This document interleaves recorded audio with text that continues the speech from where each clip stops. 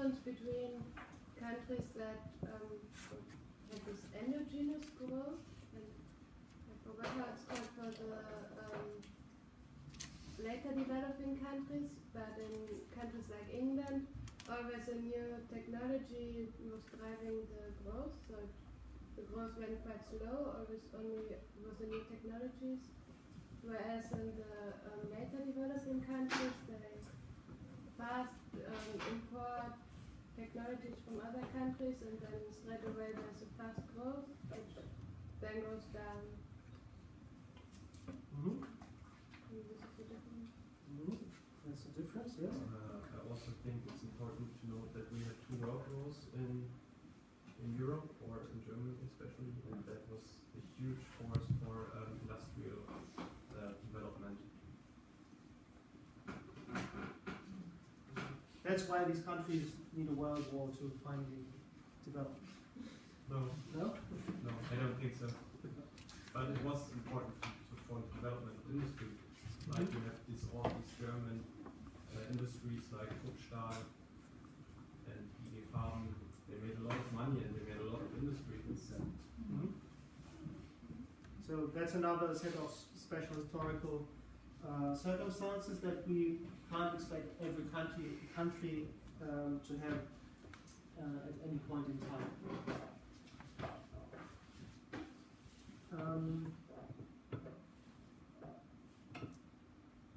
Okay, let's move on. Human development. Very broadly speaking, we may distinguish three families of conceptions of development.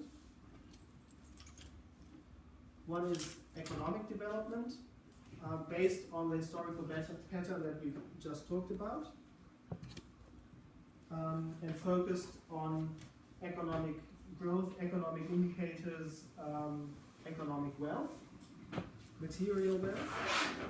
Then there's a family of conceptions that are called human development, and then there's sustainable development, one might say.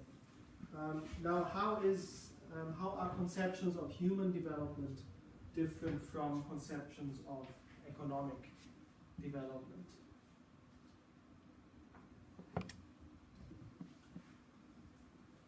When you look at economic development, I think a good indicator is something like GDP, where you can look at the country's GDP.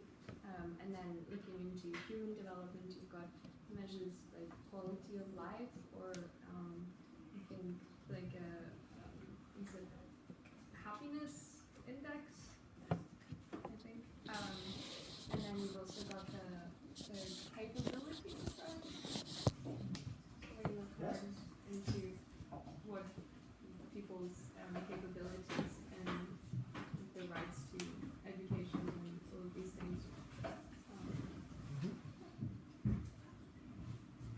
So in focus, or regarding indicators of development, how are mere economic development and human development different in one sentence?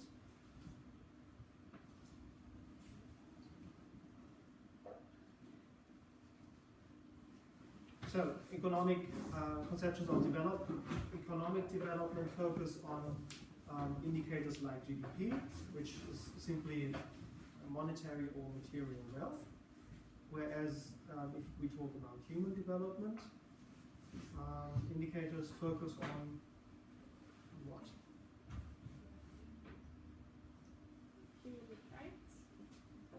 Like basic human rights?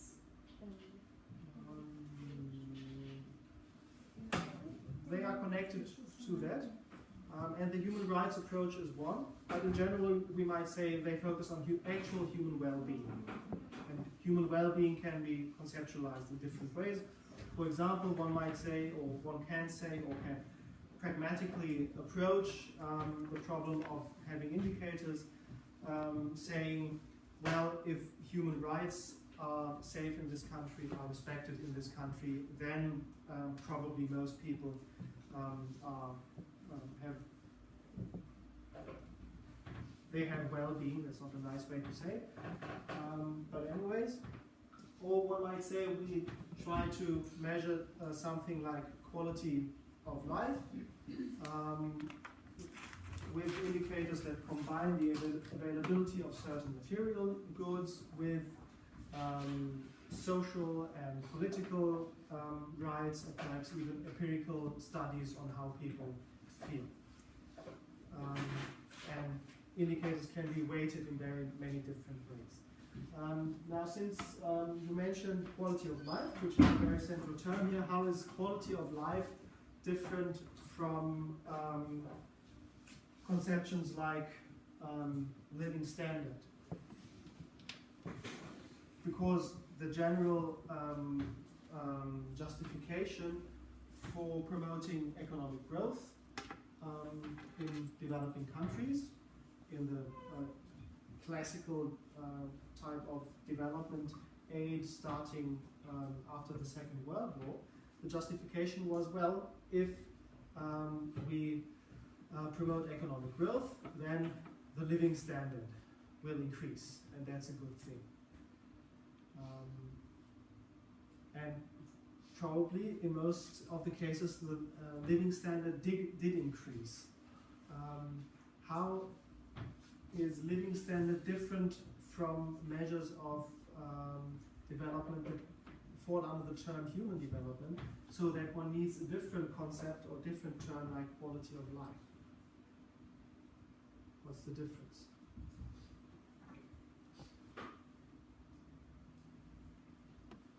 In my interpretation, the living standard only includes the physical aspects of life, and the quality of life also maybe spiritual, social aspects.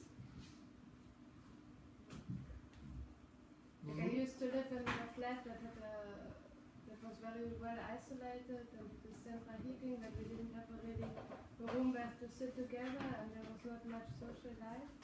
I think that the living standard was very high, and now I live without central heating, but with a very nice communal atmosphere. So it's maybe better quality of life. Yeah, so living standard is connected to material goods, which are easy to count and measure and see if people have them at all. Whereas quality of life, again, focuses more on actual well-being. And historically there has been that shift from measuring and relying on living standard towards talking about quality of life and striving for increasing quality of life.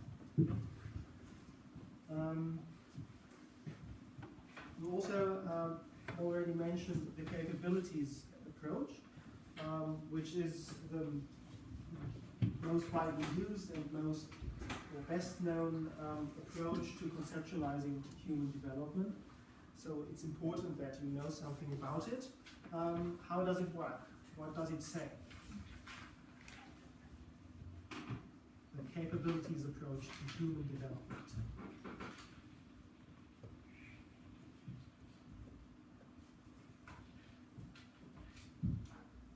What we already know about human development is that its proponents typically focus on quality of life.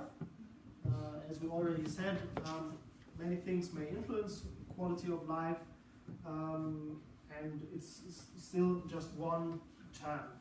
So one might easily ask, well, how, what does it consist of? How do we know that the quality of a life is good? How do we know that human well-being is secure? What can we look for? What can we check? What kind of checklist can we have? From the right to feel or to do something or to make a decision. What is that? Like, for example, the right to appreciate something, the right to make a decision, or the right to have something that people are decided to do or to choose. Is it a capability? That's what I would ask you. Is that a capability, the right to make your own decisions? Yes? Yeah. but it's a right. Is a right a capability? Yes? Not quite so. I think that the concept of the capabilities relies on the fact to be able to do something. I mean, there were 10 central capabilities, and I think the point is not necessarily to realize all these points, but to have the choice to do it. So actually, of course, even Martha Nussbaum, who is currently the most important proponent of the capabilities approach, says that her version of it can be read as an add-on to human rights, to the human rights discourse. But still, there's a specific concept of capabilities that is not the same as rights. Capabilities consist of two things: a functioning, like making your own decisions. Yes, that's functioning. And the freedom to do so, to perform that functioning. Yes. And that's why it's more useful than just talking about rights, because rights can be guaranteed in laws or can be stipulated in laws. You might say, well, I have that right, but actually I can't do the things that I have a right to do so.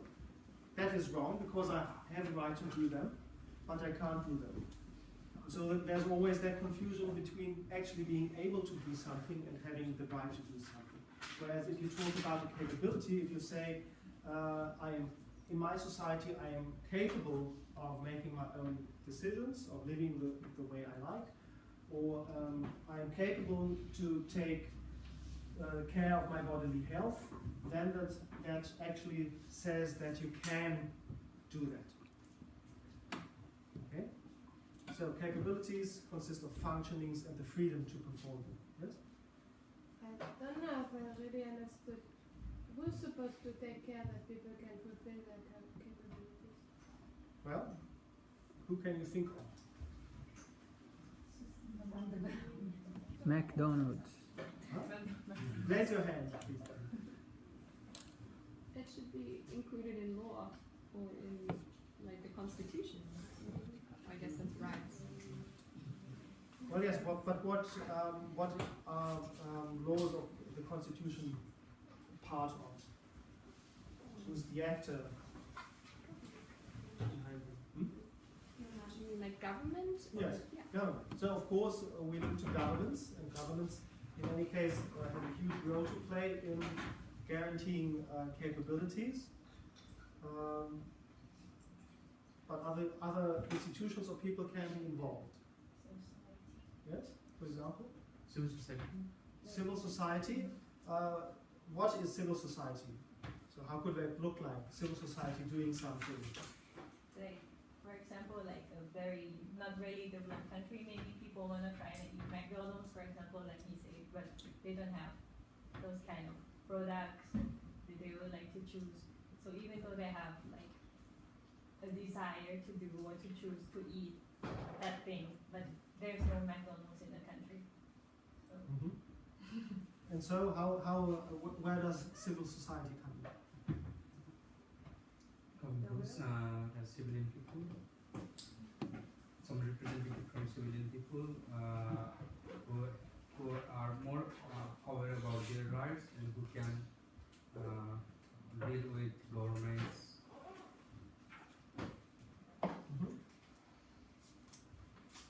Actually, I think according to the last class that we were talking about, I think it depends on the system of organization that humans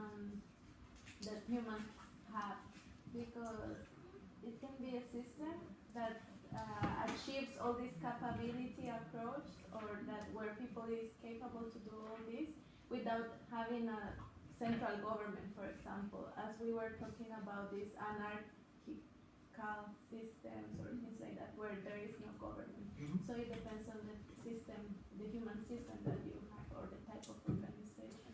Yes, in general, that's exactly the thing to say. In real existing societies, there is typically a government that we need to involve in improving capabilities.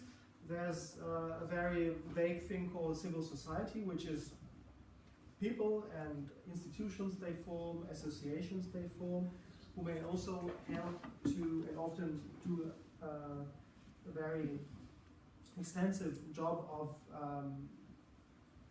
improving capabilities.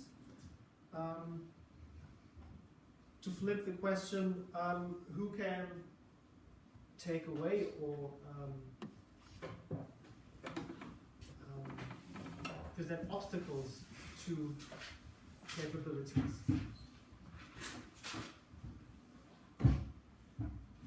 I think society, so like a government may try and enable these capabilities, but just because they say that it is a capability, it's still everyone as an individual is needing to fulfill that capability, but there can often be like marginalized groups that aren't able to fulfill those capabilities because of society. So again, what is society? If society does something, It's just how does it look like? members of community population, general people. People. No. So people. So we talked about, I mentioned the example, a classical example of women in households. Yes, in many societies, the household or the family is one basic entity, which to some extent makes its own rules and functions together very closely. And so members of one household or society, let's say the father or the husband of a woman, they often play a great role in how great her capabilities are or can be. Because they allow her to do certain things or punish her for doing certain things or whatever. And so within a household, for example, there are many possibilities how capabilities, especially of women, can be restricted. Yes? On the other hand, of course, these close relatives, members of household, family, the village, people that individuals actually interact with, are also the first ones that can help them to have better capabilities. And government and larger institutions, outside actors like national associations or international aid, basically all they can do is try to create better conditions within that immediate community of individuals. Okay, that much on capabilities. That's one topic where at least there's also very good literature to read up on. Yes? Is this list of capabilities exclusive, or can we just No. Okay. So you might remember you mentioned that a list of 10 central capabilities. They are called central capabilities because the list can go on and on. But again, to be able to find some kind of indicator checklist for measuring quality of life, assessing how well developed a country is in terms of capabilities, it's good to have a fixed list of core things to look at. Yeah? As with human rights, you can basically come up with new rights or capabilities at your own, however you wish. Yeah. May I ask the question if we can expect the exam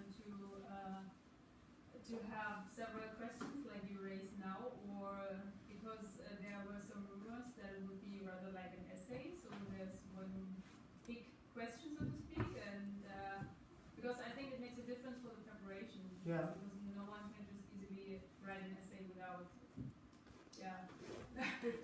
preparing for that, like to some certain standards that should be fulfilled in an essay. Or Yeah. So it's not. Okay, give a hint. Yeah. I will do so.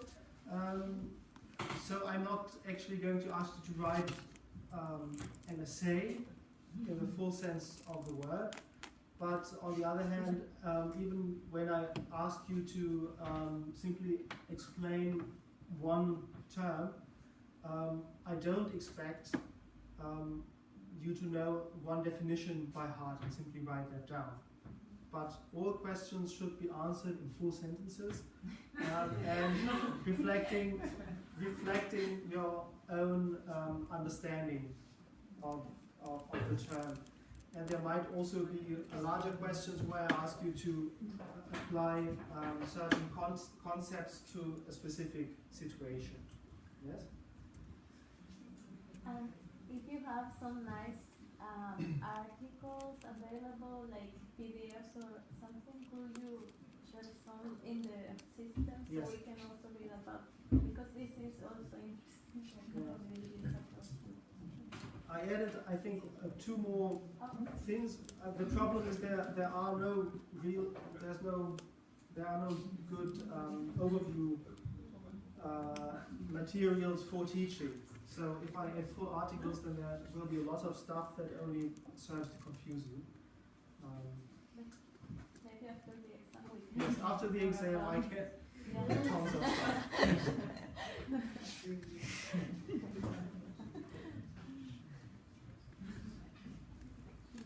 Okay, let's move on to the second block of the lecture, where we looked at actual treatises, policy documents, and definitions or conceptions of sustainability that certain political actors use to shape their policies. We did so at the global level, focusing on UN documents.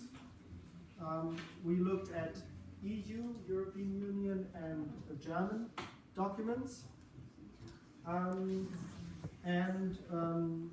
I shared with you a study I did on the development discourses in Bhutan and Nepal, and what was particularly interesting, of course, was the Bhutanese conception of gross national happiness and their own development philosophy based on that concept. How would you summarize that overview of policy documents from different levels?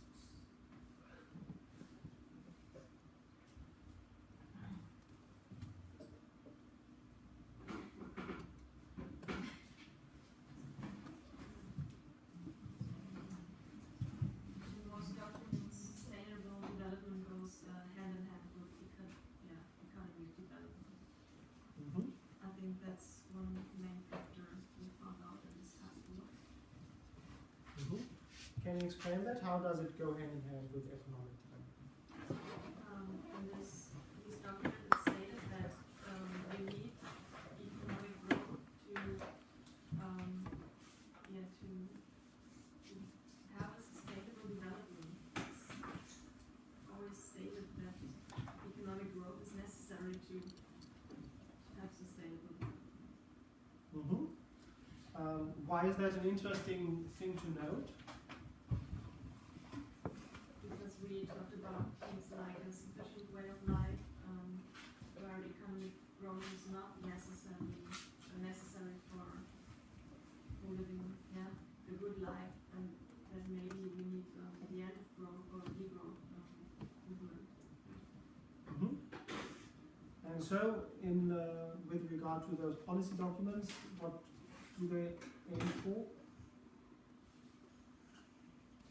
Just to really make clear what you're thinking. did we see the UN arguing for degrowth or the European Union for the dismantling of? No.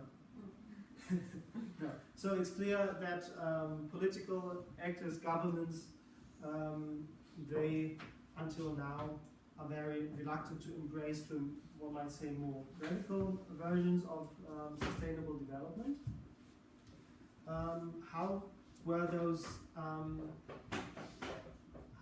What differences did we see between documents from different levels and from different regions?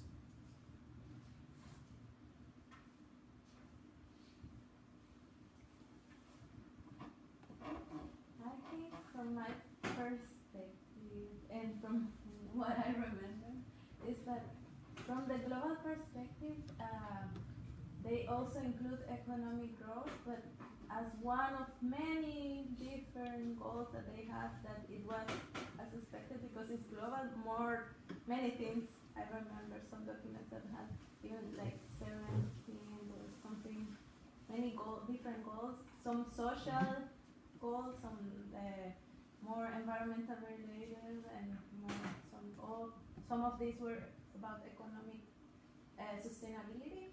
And the European, I think it was even more, including the economic element even more than the global one. And then the Bhutan documents were not that based on also economic, or not that related to economic growth. Mm-hmm. Like, in the From my point of view, these documents are not so very different concerning their content. I would just think that the framework, like the United Nations or the Millennium Development Goals or Sustainable Development Goals, they just give a framework, like they give a general direction, and then on the level of the European Union or in Germany, the national strategies, they are more precise. Like they, still not totally precise, but at least they develop some means to fill out that frame. Mm-hmm. But content-wise, I don't think that it's that there's so much difference. Mm-hmm. But I think there are some things, for example, on the global level, that the UN, as the representation or intergovernmental body of nations ranging from very poor developing countries to rich industrialized nations, needs to talk about, to reflect the concerns of many of its constituents, but that don't figure that prominently, let's say, in the German sustainability strategy. For example, this is interesting because these differences are also reflected in things like the Millennium Development Goals or the evolution of UN Global Development Goals. There are certain concerns, core concerns, classical, traditional concerns of development policy. How strongly do they figure in sustainable development goals? That's one question one may ask to compare policies. So you mean, for example, the fact that in the UN documents at the beginning, for example, the one in Rio de Janeiro, I think, that the developing countries were concerned about their sovereignty to natural resources and things like that. So they were also including this in the documents and promoting the right of each country to their own natural resources and to use them for their own development or something. And that was not included, for example, in the European documents. They were just talking about unification or basic financial everything.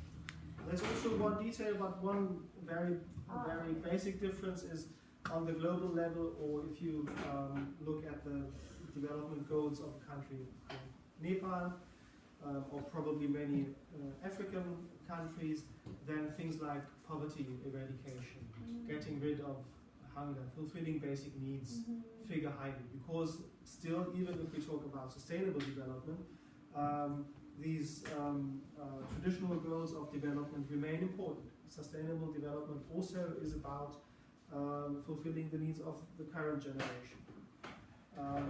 So globally and with regard to poor countries, these basic needs related goals, they are prominent in the lists, whereas the Sustainable Development Strategy of Germany doesn't talk about eradicating hunger or things like that. That's one very simple observation.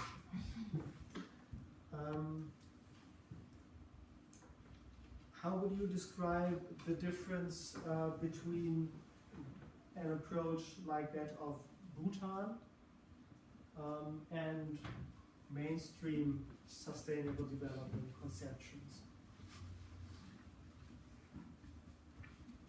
That sounds like a good question to ask in the examination.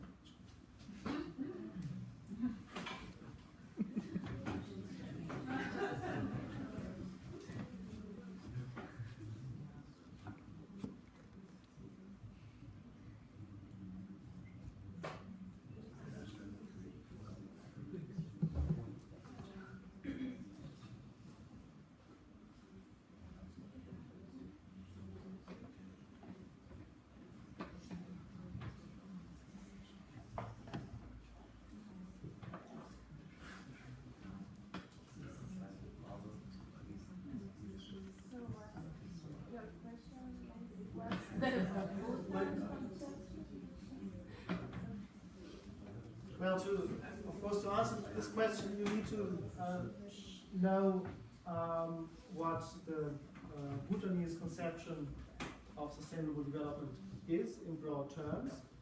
And you need to know what one would say is a mainstream understanding of sustainable development globally. And you need to know enough of both to make a meaningful comparison. And that's certainly one set of knowledge I would hope you take away from this lecture. And again, the point in knowing this is in giving you options when you think about what could we do to develop sustainably and to carry those ideas into debate. I think one thing that I remember was that in the Bhutanese concept, they included the idea to conserve their culture, because they believed that in their culture, their spiritual practices, the valuation of nature was already included. So by preserving their culture, the people would also preserve the natural environment. Mm-hmm. I don't remember this from any of the other concepts. Mm-hmm. That's certainly one very telling detail. In more general terms, what is the central idea behind the Bhutanese development philosophy? It's the maximization of human happiness. Mm-hmm. So that they measure their development by the cumulative happiness of their people, and not by their economic growth or the wealth of their people. Mm-hmm. Exactly, that's the basic approach. What would you say is the basic approach in mainstream sustainability?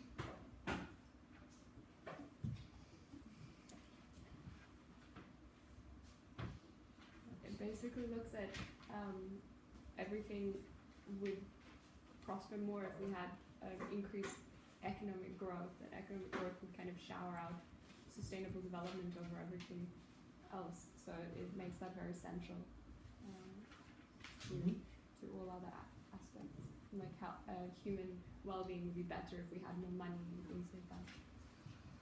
Mm-hmm. At least that's how, let's say, the European Union phrases it very explicitly, and many people also argue in that way. We need to continue to develop economically so that we have the money to implement sustainable technologies, green technologies or something like that. So, if you really try to make the comparison, between those two types of approaches. What's the difference? What's the difference in, especially in options for development? Things you can justifiably do under each of the approaches.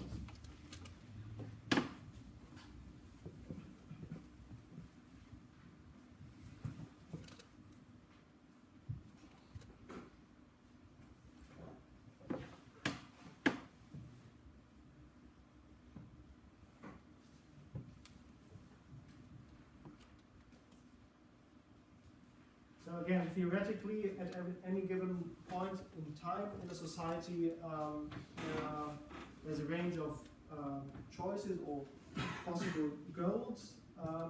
One might decide to industrialize or continue to industrialize, to advance technology and use a lot of technology to make people well off at best, or at the other end of the spectrum, one might say, let's do away with all that stuff and go back to the forest and live off the land, like our ancestors did.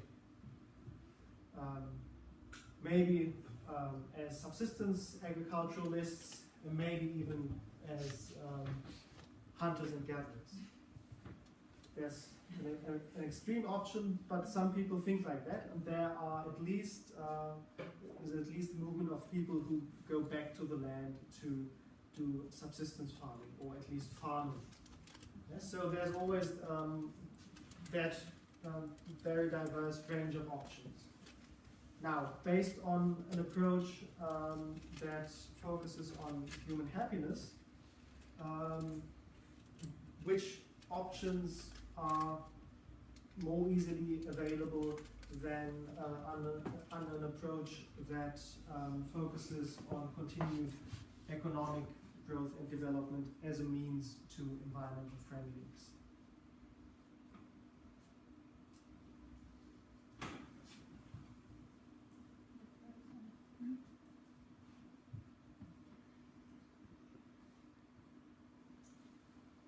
What happens to economic development if the mainstream of a society decides to go back to the land, dispense with modern technology, and live guided by the ideal of sufficiency, using subsistence farming? What does that mean for economic development?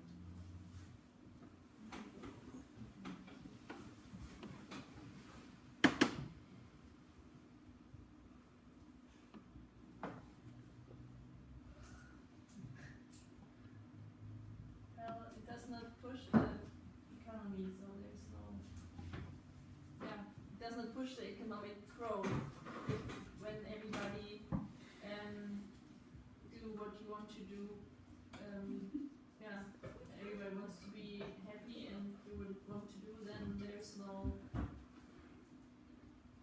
economic growth. Mm-hmm. Which means that under the conception of sustainable development, that thinks that economic development and growth is instrumental for sustainability. This kind of option is really a no option. Maybe for marginal groups, for radical people, a few of them, but not for the mainstream lifestyle in the society. Now, if we focus on human happiness, and perhaps people who live in that way turn out to be at least as happy as city dwellers and factory workers. What does that mean for that option, for how we evaluate that option for development?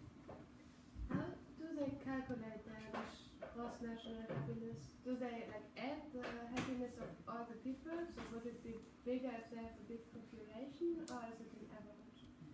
Or Let's first stick with my question. I think I need to know to answer the question, because if you say you want to have a very small population of people that live in self-sufficient, then each of them could be very happy, but the overall happiness might be not so big.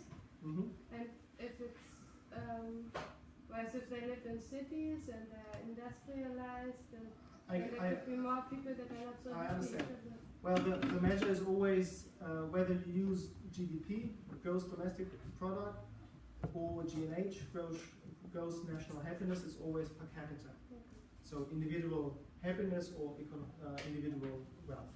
Yes? I think to keep it real, we should leave this romanticism sustainable idea. If we put factory workers, which are used to work in factories on fertile soil, they don't know how to plant potatoes. Yes, So they might need to learn. catastrophic seeds. It would not work, you know? Where should they learn it? From other people. Which would be happy to give away their fertile soil as a farmer. They come 5 people from Berlin to my ground and they would say, yeah, we want to live here. So I would say, yeah, that's great. Well, if they we need to, if for example they want to use less machinery, they might welcome more hands to work for them. But we are on a very, very basic level as a vision for a possible vision for our society. Kind of the exercise we did last time, where we simply put together some criteria to provide a framework for one possible vision of the future of our society. Now, under a gross national happiness approach, imagining that people live mainly as agriculturalists with little heavy technology, but feeling happy. Is that on some basic level excluded from the range of good options?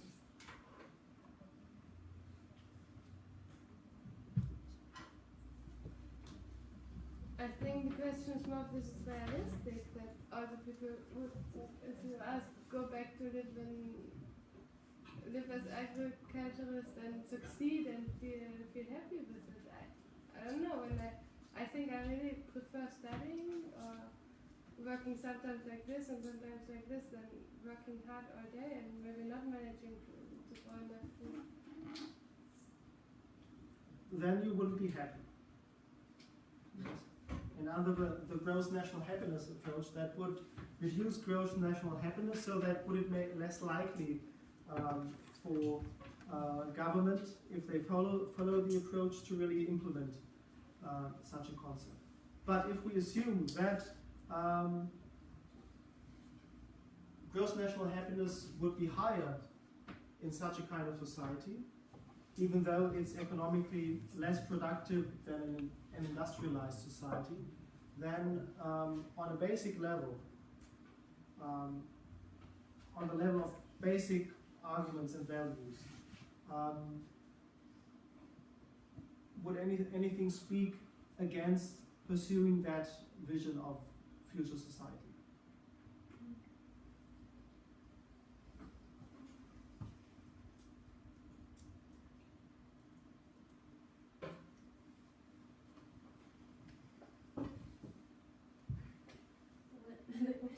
What is the question?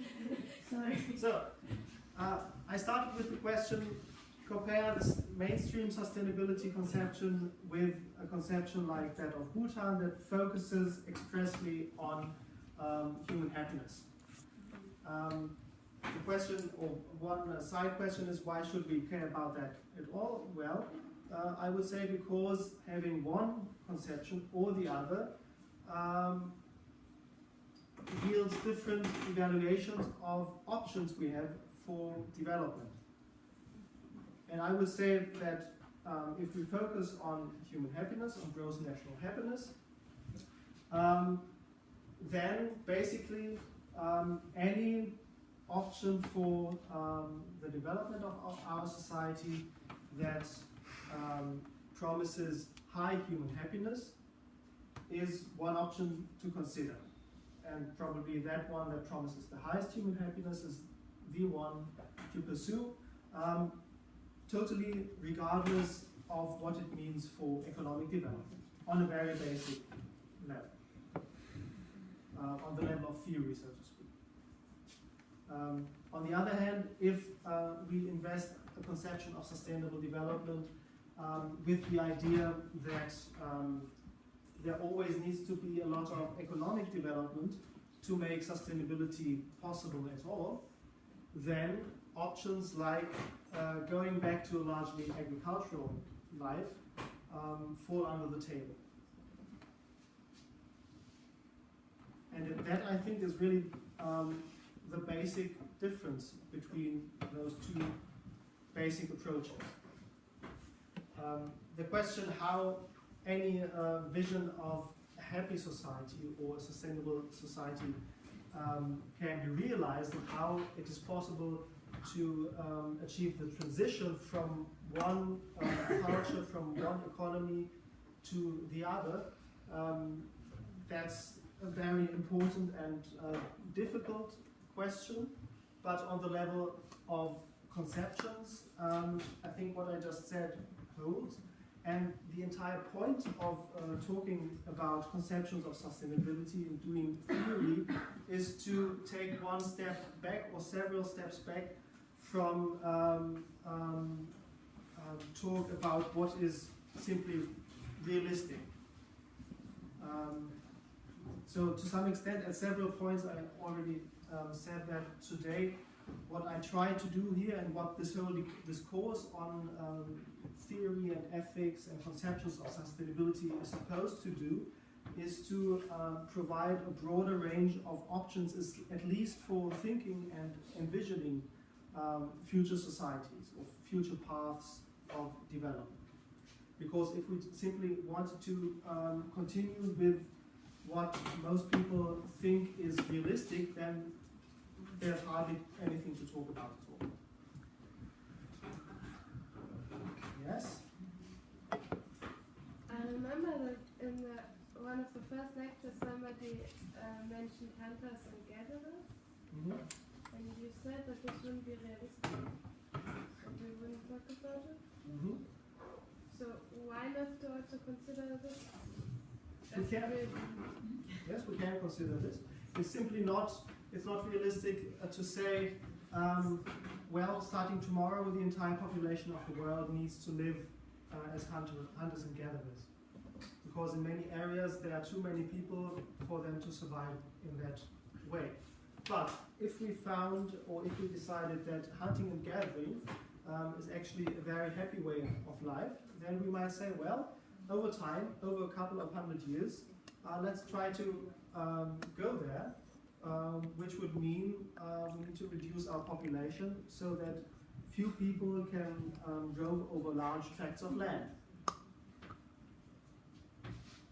I actually did read that there were a lot of, finally there were a lot of less diseases when people lived like hunters and gatherers, and that they were living much more healthy and happy than people. Yes, I also read that.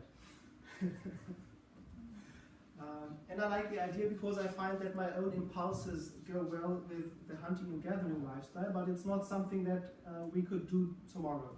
But neither could we go back to agricultural lifestyle tomorrow. No, not tomorrow. But it's not tomorrow. All this could take time. This is why even on the policy level, people talk about transition. You maybe have heard the term transition towns. Everybody recognizes that whatever ideal goal you choose or whatever utopia to choose to move towards, it will take time, and so there will be a perhaps long period of transition. But on a basic level, we are free at least to choose what we would like best, even though circumstances might make some things impossible. Yes. I think you can't choose for everybody that this lifestyle is happy, because for some people it would be great to live as hunters and gatherers, and for others it would be not. So you can't generalize it that much. You can't say this is one conception that would be the perfect one. So there must be different kinds of societies living next to each other, and I think about happiness, the importance is that everybody can decide what makes him happy himself. So you have to have a choice. That's what makes you happy, and not living as hunters and gatherers or living with technology. Some people need technology to be happy, and some don't. Well, some don't. But you have to be, I totally agree, and you take us back to capabilities. Yes? People's capabilities should be guaranteed, but you should also be aware that the current state of affairs in any given society creates a relatively narrow space of possibilities, one might say, within which you can actually live. Now, if I have a very strong preference, happen to have a very strong preference for living as a hunter-gatherer, or less radically to do subsistence farming and somehow grow my own food and still have enough money to buy things from other people, then that's a very difficult thing to do in Germany, for example. People try it, but they find it difficult. And so in any society, some things are made more difficult than others. The question is, which space of possibilities do we want to make easy for people to realize? Yes? In a society like Germany, it's relatively easy to have an office job and spend most of your time doing more or less abstract, perhaps pointless seeming work, getting money and buying things from it. If you want a lifestyle where you make many things yourself and still get by and still are accepted in society, then this is something which is not really available in a country like Germany.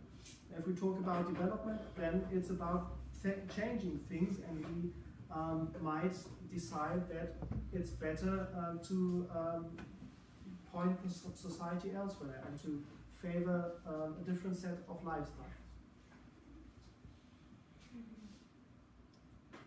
These are very difficult discussions, but they can't really be avoided if we accept that things change and society develops. Yes. Okay, if we would, all these people right now in Germany, be hunters and gatherers, I think we would have a huge exploitation of species, which wouldn't be sustainable at all if we don't have industrial agriculture. Yeah, you're totally right. Yeah. Totally right. So it also doesn't work. It doesn't work, it wouldn't work from tomorrow, but still for individual humans or human communities or human groups, it's a possible lifestyle. So imagine... But maybe not sustainable. If but all the people right now in Germany would hunt. no, not, of course. In all these discussions, if you imagine that things have to change overnight, then there will always be catastrophe, because no one knows how to do it, and there will be probably civil war and whatever. But if you imagine long tracks of time, we talk about development of society, long periods of time within which we have to decide where to move our society, then it's at least one extreme option that kind of provides one end of the range of possibilities of lifestyles that you could offer. There could be a society where some people live as hunter-gatherers, or at least some sort of nomads. There are actually, and there have been, whereas other people live in different ways or in other countries live differently.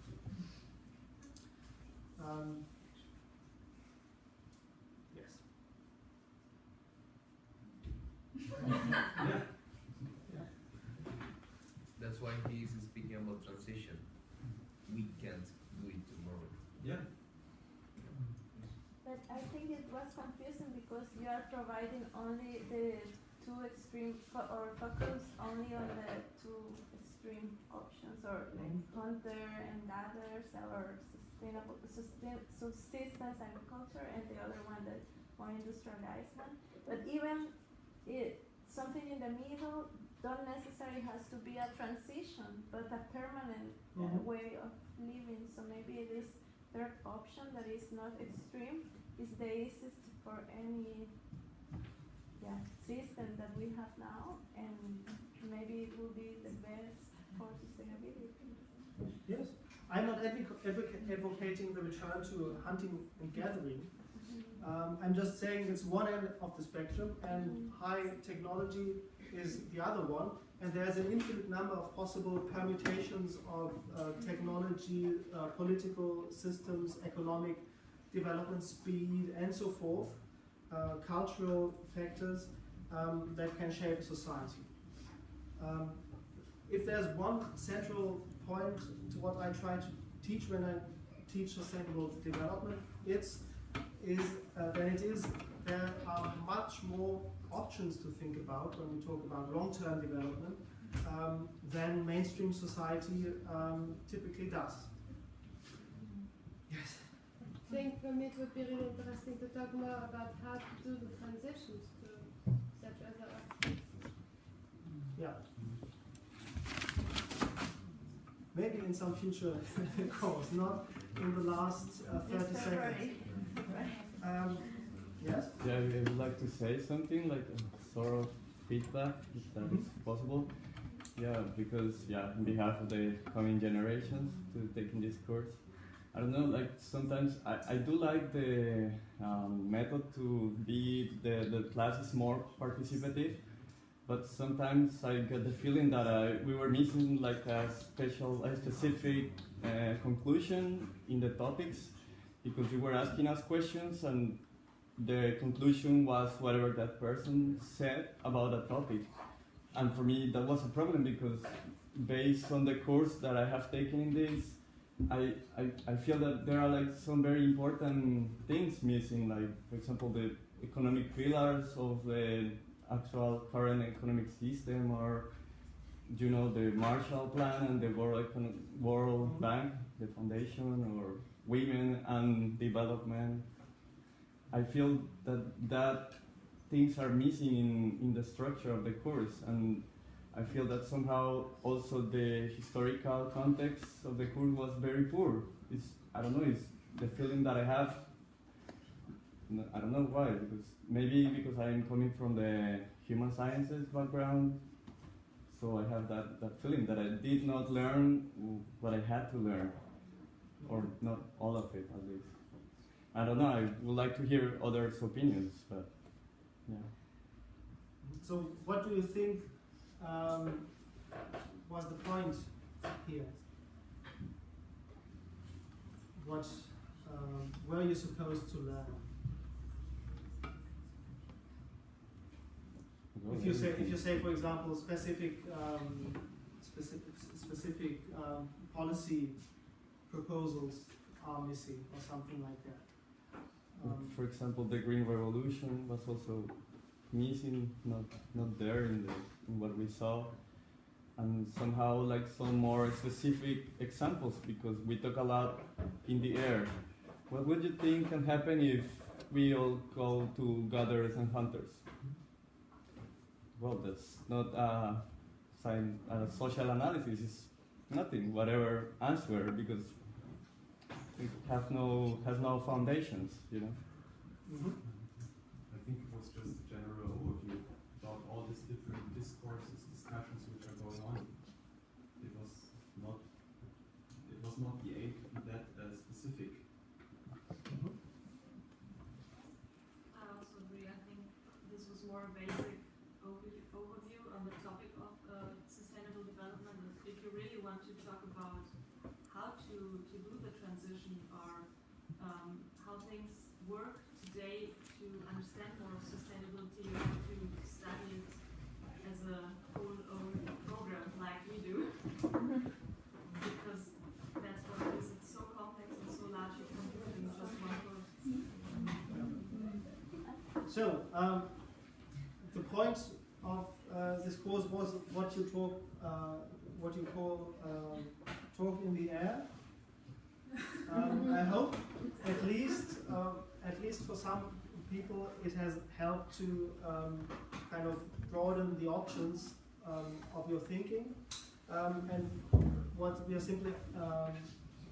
simply can't review now due to lack of time is the ethical part, including intergenerational justice and the conception of sustainable development based on certain ethical arguments and assumptions.